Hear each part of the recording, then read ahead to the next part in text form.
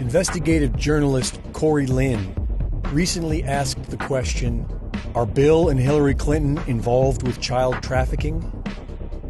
While we are still free to ask questions, let's take a close look at what we know about the Clintons and their associates.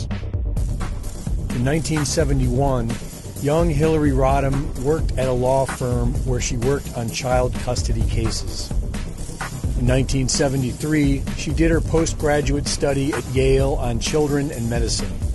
Her work seemed to be focused on protecting children, but in 1975, Hillary Clinton defended a 41-year-old man for the violent gang rape of a 12-year-old girl. And they jerked me off my bicycle. They put me in a truck and they were hitting me, and I was screaming and crying. I went into a coma, and I was told at that point by the doctor that it was a 99% chance that I could probably never have kids. In this affidavit seeking a psychiatric evaluation of the victim and signed Hillary Rodham, the rookie lawyer painted the victim as emotionally unstable, suggesting she'd brought false accusations like this before, that she fantasized about older men. Years later, Hillary not only bragged about getting her client a lighter sentence, but she chuckled about knowing the man was guilty. There's a lot of sentences. I have been Congress. She passed. She's forever destroyed my Congress. In 1999, she launched the International Center for Missing and Exploited Children with Richard Branson and his mother, Eve. With board members tied to the Podesta Group, ICMEC is a nonprofit supported entirely by private funds which claims to eradicate child abduction. And yet, the numbers of trafficked victims significantly increased since its inception. When ICMEC began, human trafficking was approximately a $30 billion a year business. And after 9 years of the ICMEC, human trafficking grew to be over $150 billion a year business. In 2009, the Clinton Global Initiative launched the Polaris Project, who runs the National Human Trafficking Resource Center and Hotline. Also in 2009, Amber Ready Incorporated selected Clinton Associates, the Podesta Group, as their PR company. Amber Ready's cell phone technology creates a database on children across the globe, stored in cell phones. In 2010, Laura Silsby was arrested at the Haitian border for trying to smuggle 33 children out of Haiti.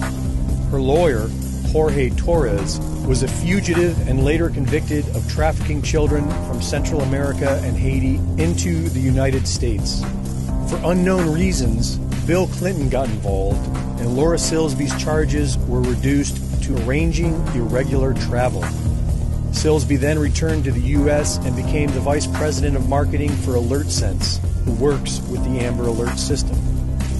In 2012, the 10 Island Challenge was launched by the Clintons and Richard Branson, and later joined by Bill Gates, Jeff Bezos, George Soros, Tom Steyer, Mark Zuckerberg, and Prince Al-Walid bin Talal. Their stated mission is to convert 10 islands into renewable energy. The area is a hotbed for forced labor and child sex trafficking. In 2013, Hillary's State Department covered up the crimes of an ambassador who was soliciting sex with underage children. A State Department memo says the ambassador, quote, routinely ditched his protective security detail in order to solicit sexual favors from both prostitutes and minor children. The memo also says a top State Department official directed department investigators to, quote, cease the investigation into the ambassador's conduct. In 2014, the Polaris Project created an online global modern-day slavery database directory. In 2017, Clinton associate Anthony Weiner went to prison for sexting with a 15-year-old girl. His laptop contained evidence of child pornography and a crime against children. Former Clinton Foundation official Joel Getz was director of a chain of private kindergartens in China. In 2017, China launched a nationwide investigation into the chain of schools and reported that several children were drugged and sexually molested. Clinton associate Harold Moody, who worked for Youth Services in Little Rock, Arkansas, was arrested for child pornography charges involving live streaming chat rooms where infants were being raped. Middle East analyst who worked for the Clinton administration, George Nader, is a convicted pedophile. Convicted pedophile Jeffrey Epstein was part of the original group that conceived the Clinton Global Initiative. Flight logs show that Bill Clinton flew on Epstein's private plane, the Lolita Express, at least 26 times, and traveled to Epstein's private island, where dozens of underage girls claim to have been trafficked for sex acts with Epstein's powerful guests. NXIVM cult members Claire Bronfman, her sister Sarah, and Nancy Salzman were all members of the Clinton Global Initiative, which is by invite only. The NXIVM cult is being found guilty of sex trafficking, forced labor, and pedophilia.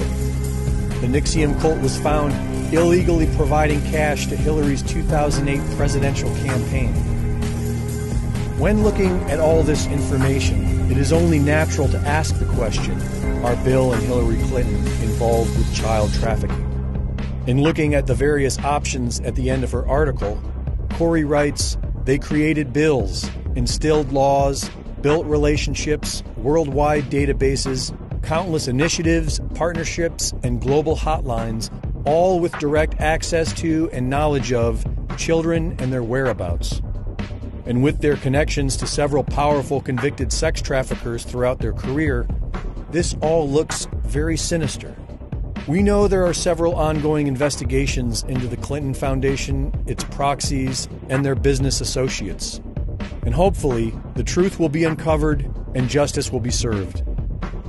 For NewsWars.com, this is Greg Reese.